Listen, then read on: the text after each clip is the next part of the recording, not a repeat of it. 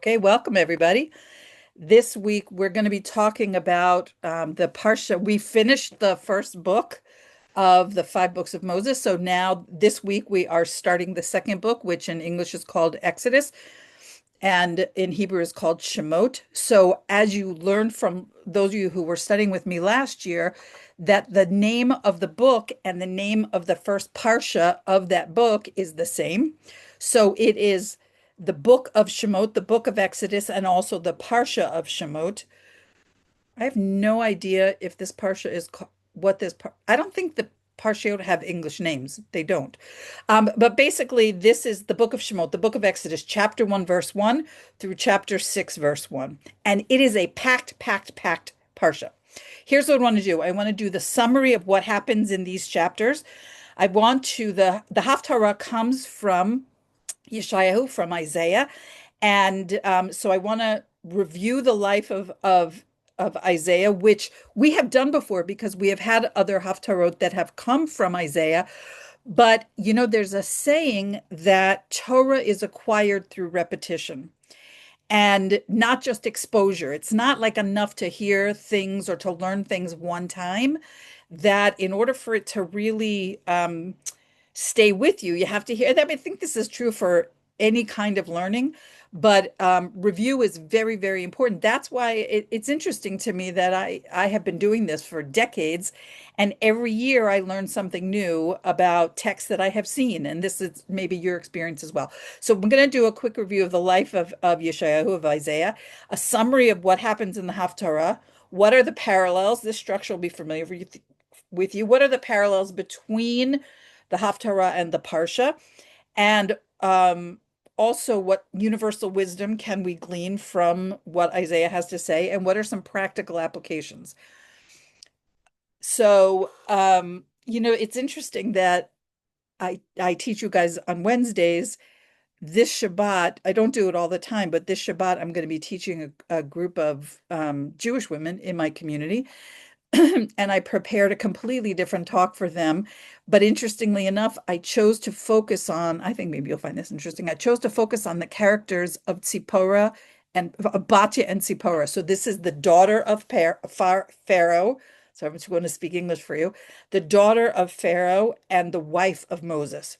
Okay, who we call Batya and Tzipporah, who both interestingly came from outside of the Israelite nation. And one, I'll just leave you with this before we go into what we're going to do tonight. I found it fascinating that I found an opinion that there's a lot of parallels in their lives. And I found an opinion that they actually were a twin. They were born twins. They were orphaned, and one of them was adopted by Pharaoh, and one of them was adopted by who I call Jethro, I think you call him, who was the priest of Midian.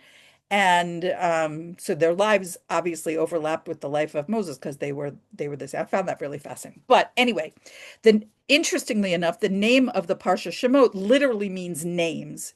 Okay, Exodus verse 1, chapter 1 to verse 6 to chapter, let me say that again. Exodus chapter 1, verse 1 to chapter 6, verse 1. So Jeremy Gimpel says about this Parsha that this is the Parsha where the people make a transition from the story of a family to the story of a nation.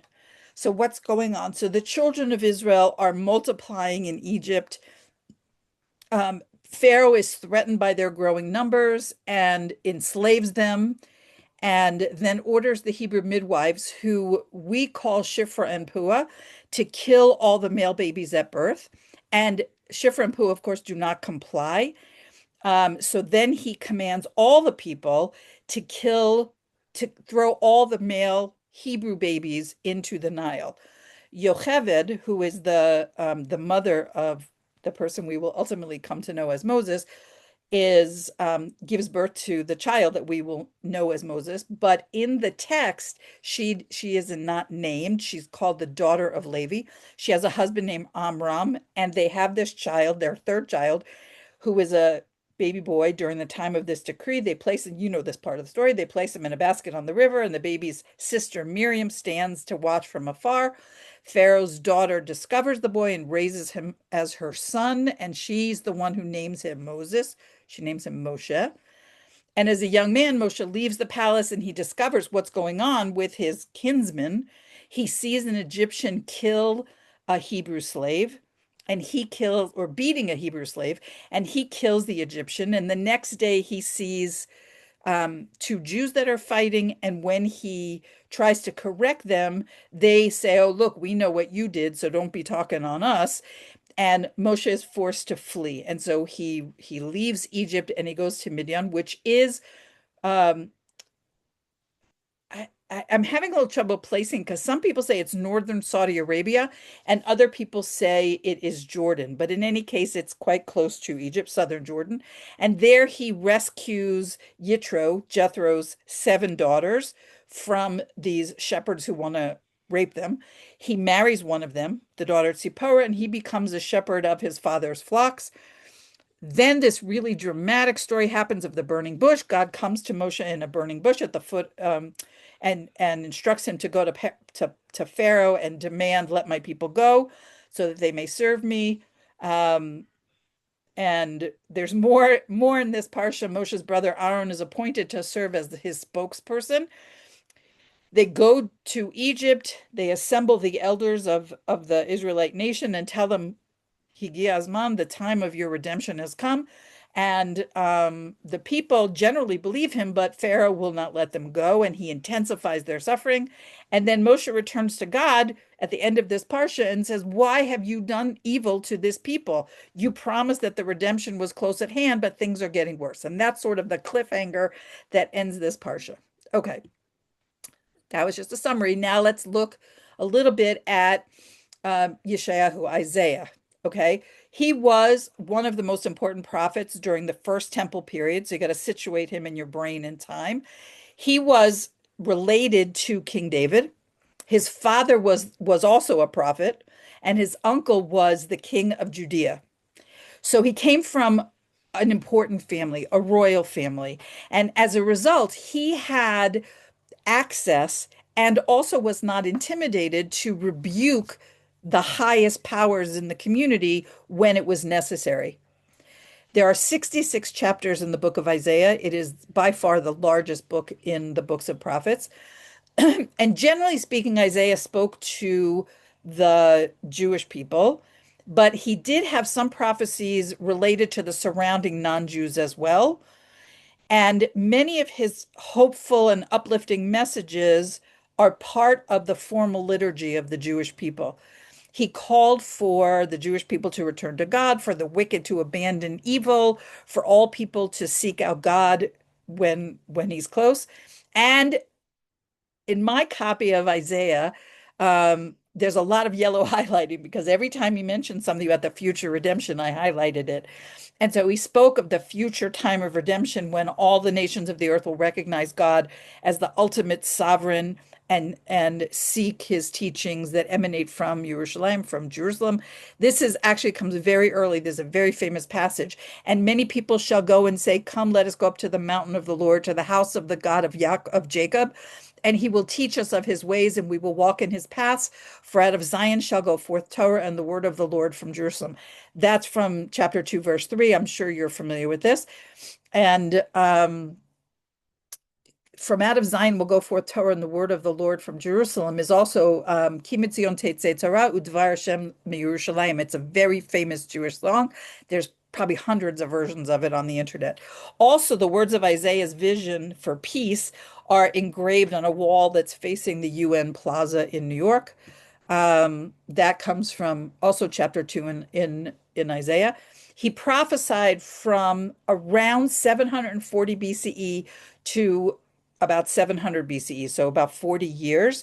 And so he lived more than a century before the destruction of the first temple, because the first temple was destroyed in 586 BCE. So during his lifetime, what happened? The big things, the northern kingdom of Israel, we spoke about this last week, the 10 tribes were conquered and exiled to Assyria. The Jerusalem and the temple and the Judea were threatened by the Assyrians, but they were not destroyed until 586 BCE. So they were living with this threat. And Yeshayahu was put to death by a very bad king named Manasseh, who basically said that Yeshayahu's prophecies were against the teachings of Moses and they basically were heresy. And under that pretext, he had Yeshayahu put to death. That's the story of Yeshayahu. Now, let's talk about the Haftarah that comes from this great prophet. If you want to write this down, it is it's a little disjointed, this particular Haftarah. It comes from Yeshayahu, from the book of Isaiah, chapter 27, verses 6 through 28. I'm sorry, verse 6 through chapter 28, verse 13, and then also chapter 29, 22 to 23. Okay. And you'll see why the rabbis added these last couple of verses as we get through this. So again, I didn't say that clearly. Yeshayahu 27, 6 to 28, 13, and then 29 verses 22 and 23. Okay. So this Haftarah vacillates between what what Isaiah had to say concerning the future redemption, and also his admonitions concerning the way Jews were behaving at the time, which was godless and drunkenness and so forth. So, but the Haftarah starts on a positive note. And in chapter 27, verse 6, he says, in the coming days, Jacob will take root, Israel will bud and blossom, filling the face of the earth. That sounds like good news, right?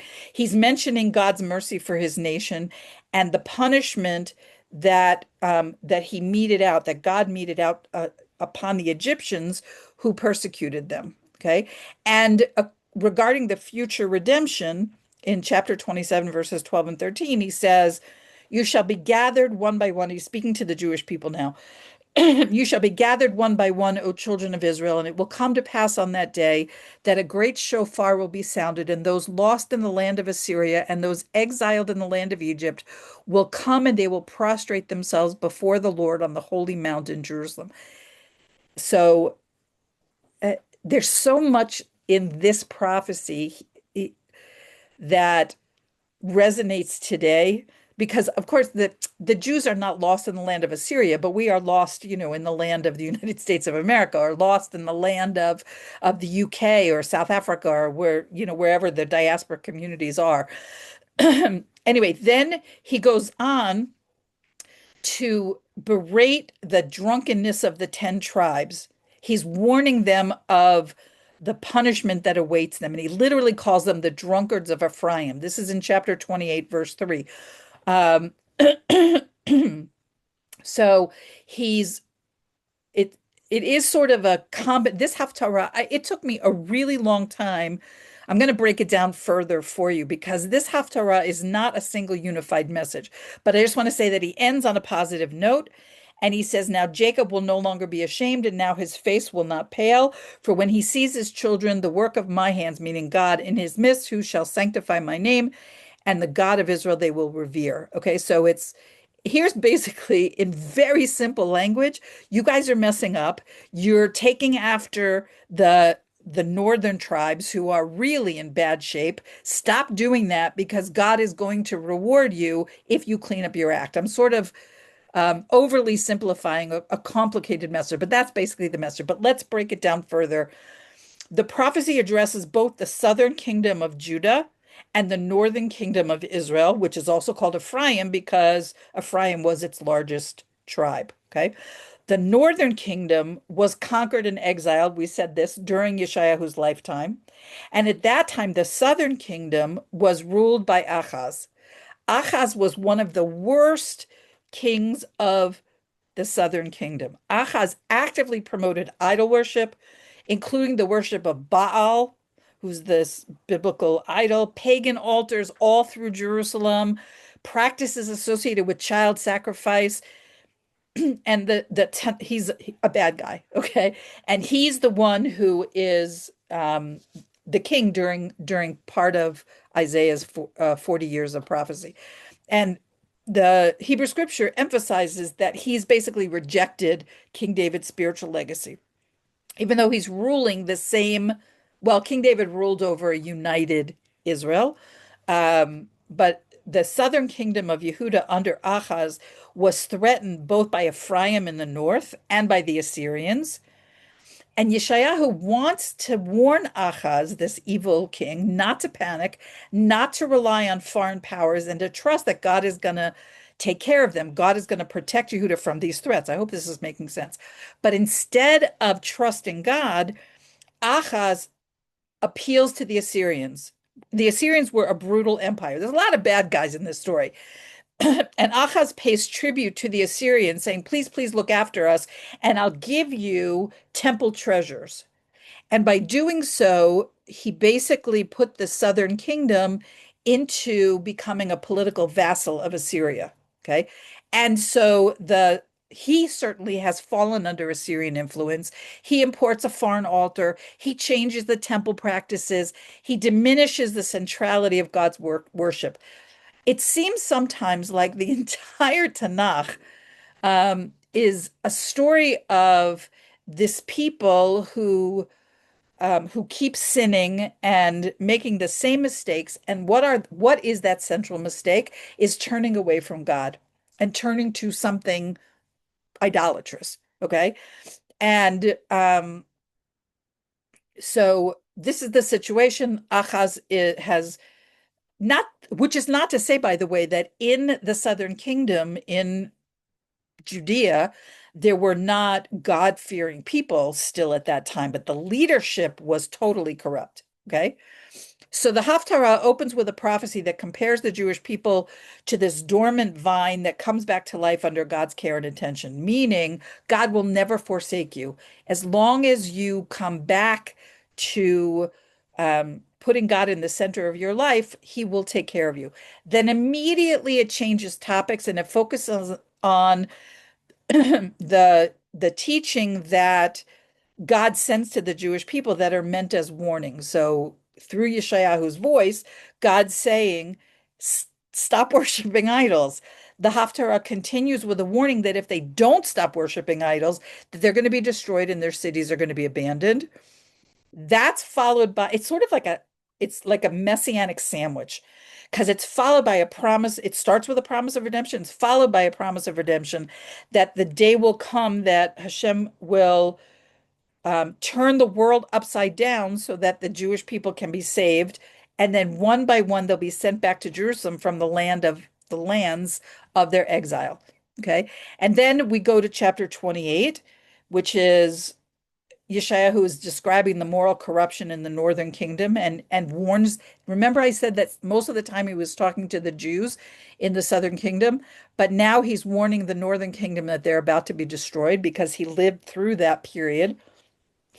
Meanwhile, he's continuing to address the remainder of the Jewish people, those in the southern kingdom, telling them that if they want to have a chance in this coming destruction, they have to turn to Hashem. But they are misbehaving exactly like the northern kingdom, and they appear to be blind to the consequences of their actions. And towards the end, Yeshayahu expresses his frustration that everyone's just out of control. No one's listening to his warnings, and he doesn't know what to do. And then the Haftarah jumps more than a chapter to 29 verses 22 and 23. And remember, I told you that it'll make more sense when you have a better picture. What does it jump to? The promise that there will be people who will sanctify God's name and who will bring pride back to the Jewish people. Okay. So again, I found it very disjointed. It took me a very long time to parse through it to try to make some sense out of it because it's about this, it's about that, it's about this, about he's all over the place. Okay. But let's talk about what parallels do we find between the Parsha of Shemot, which is all about the enslavement of the Jewish people and the promise of redemption, and the Haftarah. So there's a number of parallels. One of the obvious parallels is this mention of this message of redemption, when Yeshayahu literally says, "You shall be gathered one by one, O children of Israel." And that's reminiscent of the message of redemption that God spoke to Moshe at the burning bush, which Moshe then communicated to Paro. How's that? Because redemption in the time of the Parsha, in the time of Moses, the nation is enslaved in Egypt. Redemption doesn't begin with some national revelation. It begins with God speaking to one person. I'm going to tell you a story here. um, how long ago was this? Maybe 16 years ago or so. My husband and I went to meet with this a rabbi in Jerusalem. His name was Rabbi Nachman Kahana. It still is. That is still his name. Some of you may be familiar with Rabbi Meir Kahana. This is his brother. Anyway, so Rabbi Kahana taught us this very interesting thing. When you all know the word aliyah. When Jews move to the land of Israel, we call that making aliyah. There's the same word is used in Jewish synagogue service. It's pronounced slightly differently. It's pronounced aliyah, and it means when an individual gets called to make blessings over the Torah. And on a typical Shabbat, in an Orthodox setting, it's always men. There are 7 individuals who get called to the Torah. They get called for an aliyah. And when they get called very specifically by their name. So they say this in Hebrew, but basically they say, will, let me make up a name. Chaim Yankel, son of Moshe David, stand up and come to the Torah. Okay, that's something like what they're saying. And that's called getting an aliyah. Okay, so he said to us, why is the word aliyah when a man gets called to the Torah and aliyah when a Jew immigrates to Israel? Why is that the same word? He said, this is so fascinating, it really touched me. He said that just like a man gets called to the Torah individually by name, God decides which Jews he wants to come back to his land, and he calls them, meaning he spiritually activates something in them that makes them want to return to their homeland. And at that time, I wasn't living here yet. This was actually pretty shortly before we did, in fact, come, but I had such a longing to be here, and I knew that God was calling me. And so I was very moved by that message. That is a very big digression.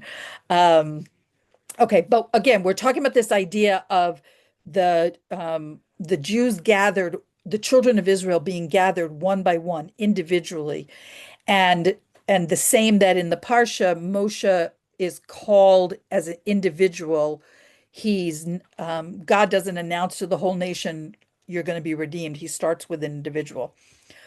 Also, um, as the Parsha of Shemot begins with Israel being enslaved, but also on the brink of redemption, the Haftarah is affirming a couple of things. Number one, even if you're in exile, that doesn't mean that God abandoned you. Exile is not abandonment. Suffering is not purposeless.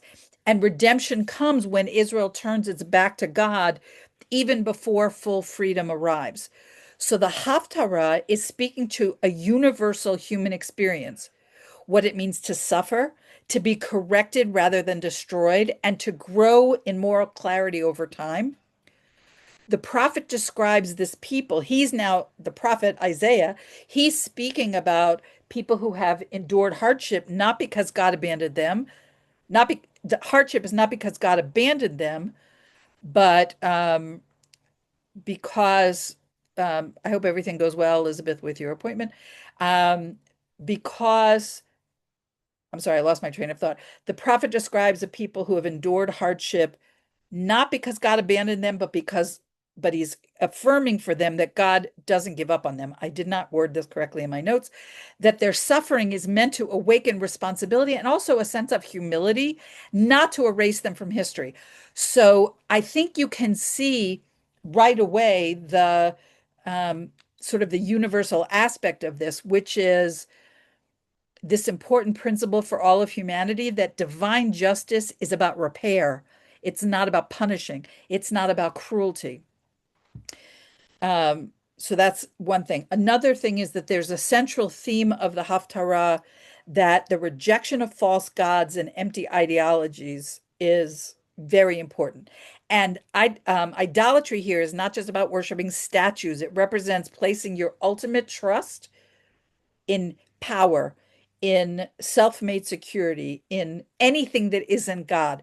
And when people cling to illusions of control and they can no longer hear moral instruction, they get spiritually confused. So the prophet is warning them that when you refuse to listen to the truth that's spoken plainly to you, then you may have to learn the lesson the hard way through painful experiences.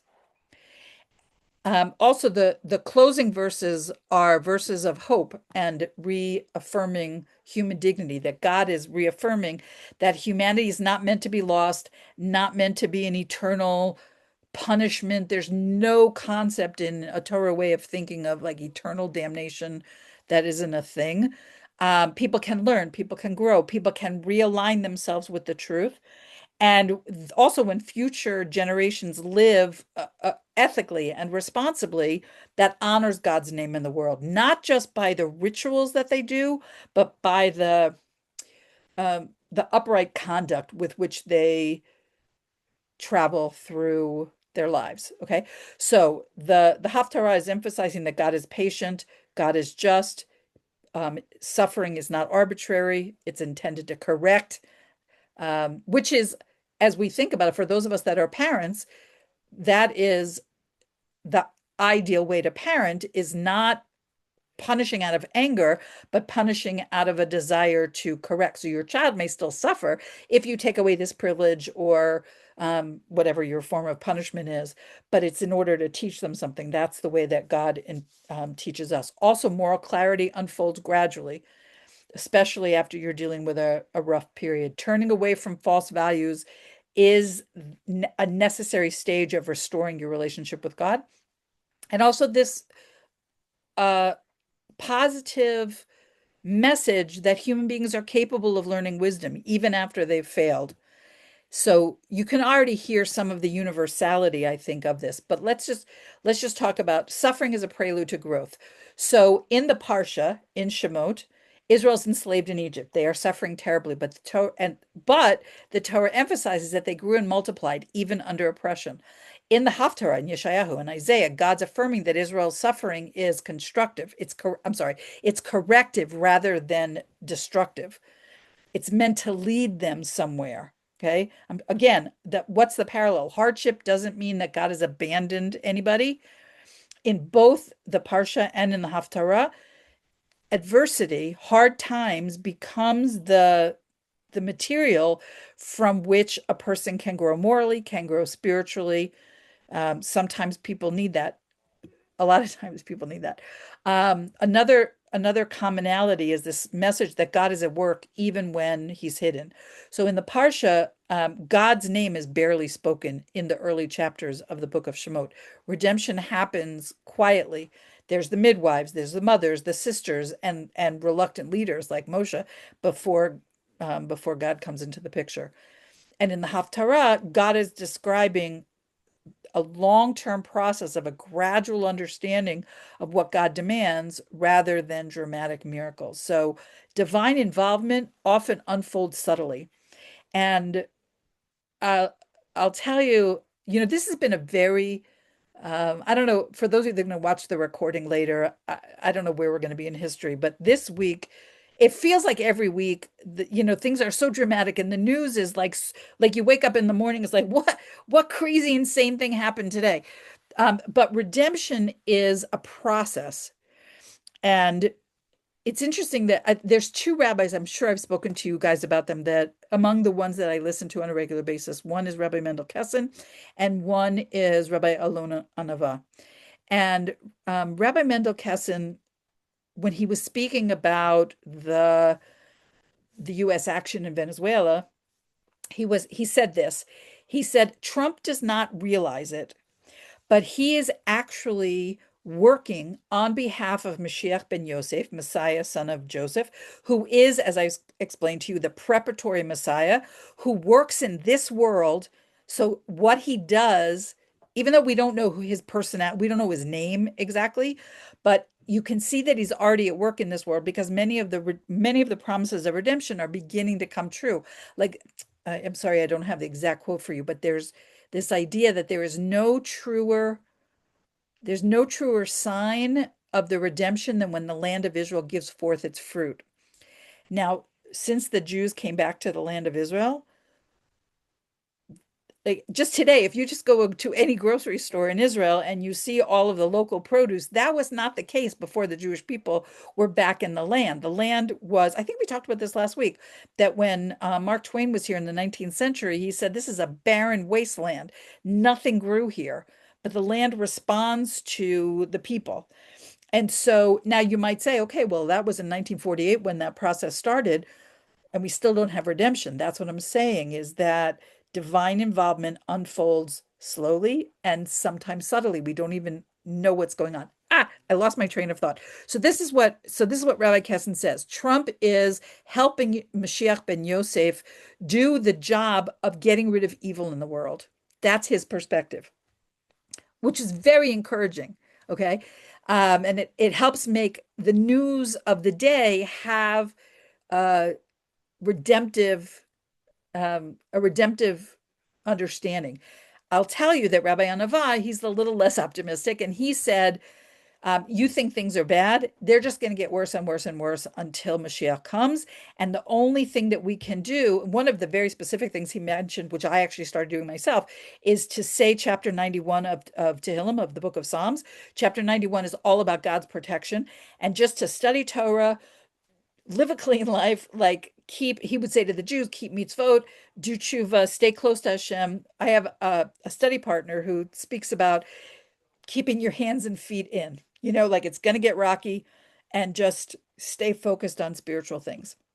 Anyway, let's go on. That was a big aside. Okay. Another theme is rejection of false power. So Egypt represents the arrogance of that humans are capable of. Pharaoh himself claimed absolute authority. He imagined that he himself was divine. I don't know if it was a mental illness or he really believed that, but that's what he told people. I am God. He thought that he created the Nile, all that stuff. In the Haftarah, idolatry is portrayed as false security that people trust instead of God's truth, and it's condemned. Okay. So both texts are challenging this illusion that power or human control can replace accountability to God. That's another parallel. I think these are, so remember I told you at the very beginning when we started this Haftarah cycle, and I said some weeks the parallel is going to be really clear. These are a little bit of a stretch. I had to really stretch a little bit, but I think there's something here. Another is that the refusal to listen leads to confusion. So in the Parsha, Pharaoh is repeatedly ignoring the warnings and the signs, and he's just taking Egypt into a worse place. They have more and more chaos going on. And he's just ignoring it. Also in the Haftarah, the leaders at the time of Yeshayahu are mocking the prophetic instruction, calling it's childish. And so God has to like up the ante because if we don't listen, then God turns up the heat. So what's the parallel? When moral instruction is dismissed, understanding sometimes has to come through hardship rather than come through wisdom. So those of you that are here, those of you that are listening to these lessons, tells me that you don't want to go the hard way, right? You don't want to have to figure this out for yourself. You want to listen to God's wisdom and run your life accordingly so that you can avoid some of that. And that's what I think Rabbi Anava is saying, is that chapter 91 of the book of Psalms talks about that if you cling to God, I'm sort of paraphrasing, but if you cling to God, he'll protect you and you won't have to do anything. There's also a messianic vision that I don't know if we've ever spoken together about the War of Gog and Magog, and I'm doing this off the top of my head, but there is this messianic vision that a portion of this war will be fought surrounding Israel, and Israel will be like protected. Like in other words, like the whole world's going to go crazy, and Israel will be protected. It's very interesting. I have a certain percentage of my income comes from American Social Security because I lived and worked in America for a long time. And so when I um, transfer my Social Security check into shekels, which is the local Israeli currency, well, the Israeli shekel is unusually strong. I have never, in as long as I've been in 30 years, this is about as long as I've been tracking it, it's never been this strong. What does that mean? It means that the dollar doesn't buy that many shekels. So if let's say I had 1,000 US dollars, and I transferred in shekels, I would end up with a lot fewer shekels than I might have 5 years ago or whatever. Um, things, even though we do have terrorism and we do have serious threats, there is a sense in Israel, it is supernatural. I don't know how to explain it, that in some ways we are protected and the country is thriving. It is totally counterintuitive, but it is, I think if and I know you all are, if you are grounded in the Bible, it does make some sense, that the world can be going to chaos, and this little tiny country with 8 or 9 million people is somehow succeeding beyond all measure. Okay, let me go on with parallels. Future generations will be the measure of success. So, in the Parsha, it's the growth of the babies that the the women who are enslaved are having. They are Our tradition teaches that women routinely had multiple births, and I'm not talking about twins. I'm talking about 6 children at a time, and it was an unnatural growth of the population, and that begins to alarm Pharaoh, and that starts all the negative stuff. Um, and in the Haftarah, redemption is seen, or it's characterized as when children are living righteously, God's name is sanctified through the behavior of the children. So the ultimate test of redemption is not a kind of political freedom, but rather what values the people are transmitting forward. Okay. That, all right, let me just skip. I want to go to this. There's a lesson it's very subtle in the Parsha. After Pharaoh's daughter draws Moshe out of the Nile, this is in Shemot, in the book of Exodus, chapter 2, verses 7 through 9. The word for nurse appears 4 times. And in the Haftarah, there's also a mention of a nursing child. So that you'll find in chapter 28, verse 9. To whom shall one explain a message? To those weaned from their mother's milk. So the Haftarah is teaching that learning Torah requires a relationship with God. And if we trust God the way that a nursing child trusts its mother, then we can be open to learning the messages that it has for us. It's like that level of um, one doesn't conquer Torah the way you conquer some other subject, like learning Korean or I don't know, learning how to make broccoli soup or something like that. You can conquer. You can't conquer Torah learning. All right. Anyway, let's look at some universal lessons from this Haftarah. Some of them I've sort of alluded to. I just want to emphasize this because I think they're so important. Number one, correction is not rejection. Suffering is God's way of disciplining in order to restore, not to destroy. Hardship is not proof of worthlessness. It's not proof that God abandoned you, but rather it can be an invitation to reassess your direction in life.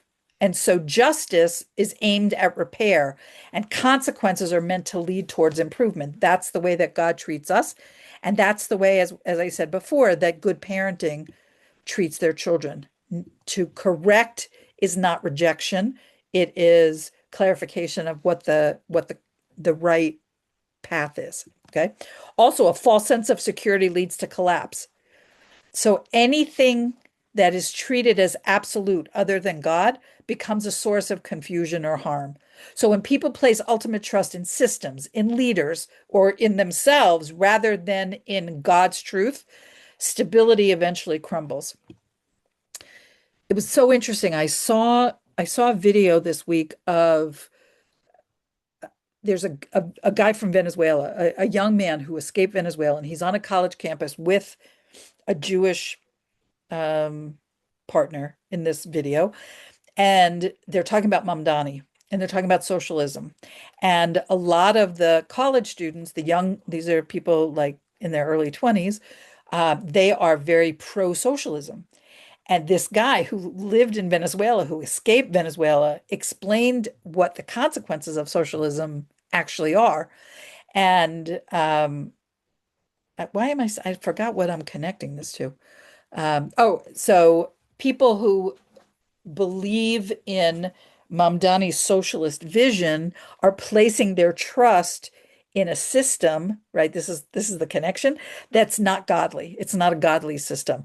And what those of us that are older and have seen history play out and know that every socialist country eventually crumbles in great corruption know what's coming for New York if he is successful. It was very interesting. Okay. Um, I think um, the leaders in Isaiah's time, the leaders there were mocking his prophecy as repetitive, as simplistic. They refused to listen. And so things had to come to them through exile and confusion and more harsher punishment. So the universal principle here is that if you ignore wisdom that's offered to you today, it can return tomorrow with a lot more pain. Okay. Also, understanding is a process. The Haftarah is repeatedly emphasizing growth over time, that moral clarity doesn't appear like instantly. It doesn't happen for people. It doesn't happen for countries. It doesn't happen for families.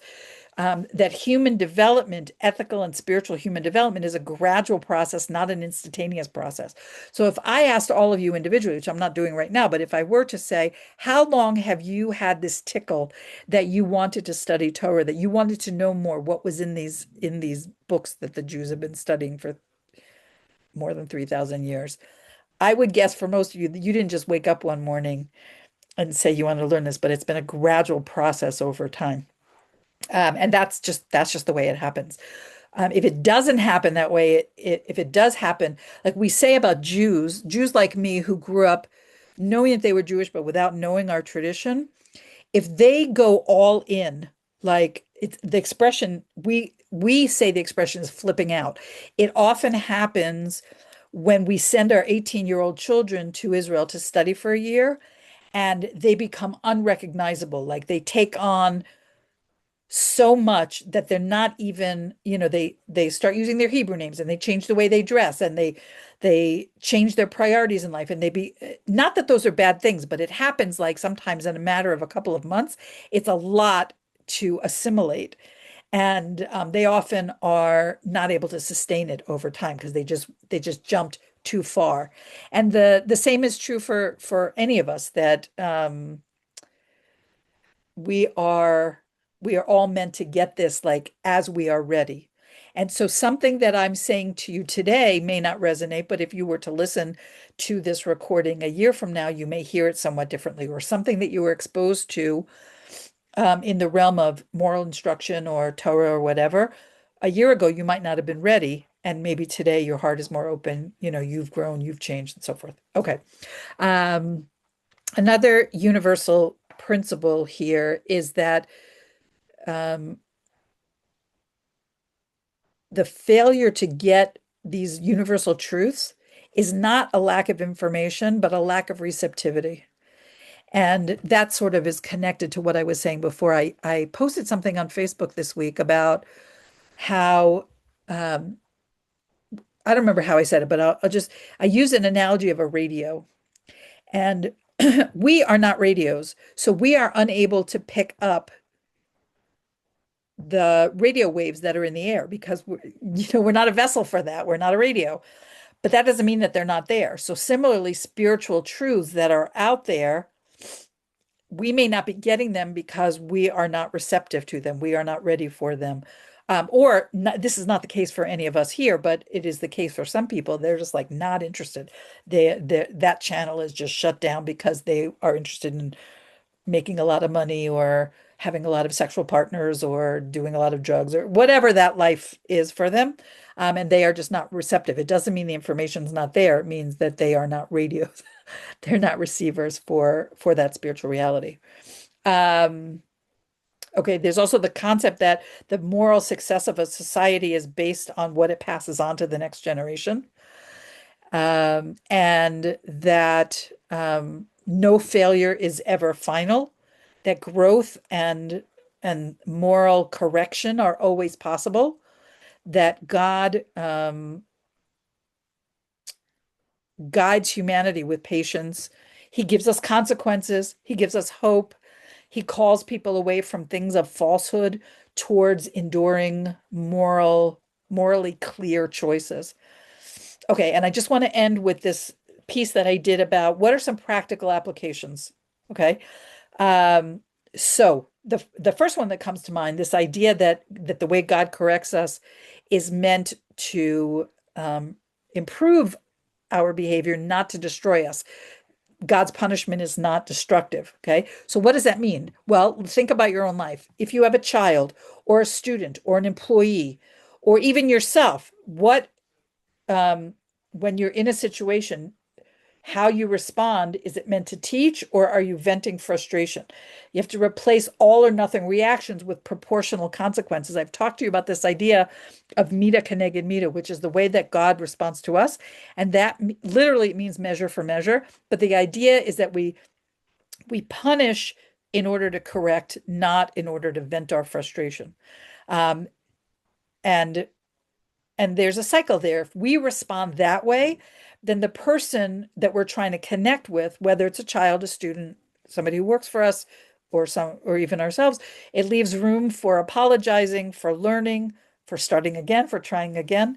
Um, so before responding to somebody in your life who has failed, you want to ask yourself, what response from me would help this person grow instead of humiliating them? And that's a sign, I think, of an emotionally mature parent, teacher, manager, partner. Okay. Instead of saying, well, you can imagine the nasty stuff that people say when other people mess up. Say, how can you phrase your reaction to somebody else's failure in a way that will help them grow rather than humiliate them? Okay. Um, Also, there's this theme that comes up constantly in all of the prophets, but especially in this lesson, that idolatry has to be crushed before renewal can begin. So we are being called upon to identify, what do we consider an ultimate value besides God? Is it control? Is it reputation? Is it a certain political ideology? Is it productivity? Some people worship productivity. Is it security that you think that you're going to get through power or money? All of these can quietly override moral clarity. So here's a practice. Think about one decision that you're going to make this week where you prioritize integrity over advantage. What false security do you need to loosen your grip on? That's obviously different for all of us, but if you start looking at your own behavior, you will see what might you value, that you weren't aware of, that you value more than you thought you did, or more than you hope you would. Another practice is to learn to listen before you're forced to learn, right? Because we already talked about over and over again that when people in the time of Yeshayahu were mocking his warnings, bad things happened. So the application of that is to take feedback seriously before it becomes a crisis. Pay attention to the pattern of messages that you receive from people, um, or patterns that you notice in yourself, things that come to you from your own conscience.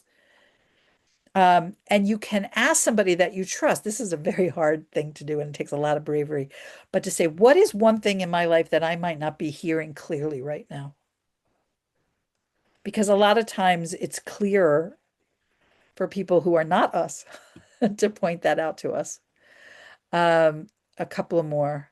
Um, this idea of understanding God's expectations for us coming step by step, what I talked about, not doing like totally changing over your life and so forth, um, to to practice one small, repeatable ethical habit rather than a total overhaul of your life. So or to have not to have an expectation of instant clarity or transformation from yourself or from others. So some of you have spoken to me privately, and maybe you've spoken among yourselves about the fact that there are people in your life who are not where you are spiritually. They may be they may be closed to learning anything from Jews, for example, or they're anti-Israel, or they just don't see things the way that you do. And so this lesson of understanding comes, what we say in Hebrew, la'at la'at, a little at a time, step by step, is this exact same way that they say that redemption comes. So we have to sort of, when people ask me about this, I have to say that my usual response is, as long as I see a person trying, as long as I see a person um, trying to grow, I can be endlessly patient. Okay, so they're not necessarily where I want. Let's say, I mean, my children are adults now, but let's say in a case of children, right? So there's a certain behavior, I'm totally making this up, but there's a certain behavior they keep doing over and over again that makes me nuts. But I see that they're trying, right? They may continue to be failing time after time, and they're still making the same mistake, but they're not doing it willfully, right? They're trying to get better. So this is complicated when you have people in your life who um really disagree with what you've built your life on, whether it is in your case, learning Torah or supporting Israel or having a relationship with Jews even. Um, but also I think the idea is that we can't expect people to change overnight. That's sort of where I'm going with that. Um, I'm just skimming through.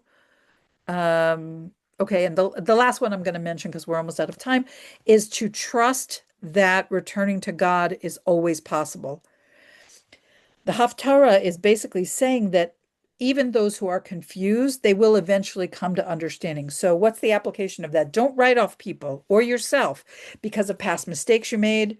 And by the way, this relates to what I was saying before. This only applies if they've indicated a desire to improve. It's not permission to be a doormat. If somebody is abusive to you, that is not acceptable, and you don't have to keep those people in your life. But if somebody has made mistakes, but they have indicated that they want to improve, you want to leave doors open in your life for learning, for reconciliation, for return. That failure is a part of human development. It is not a person's identity.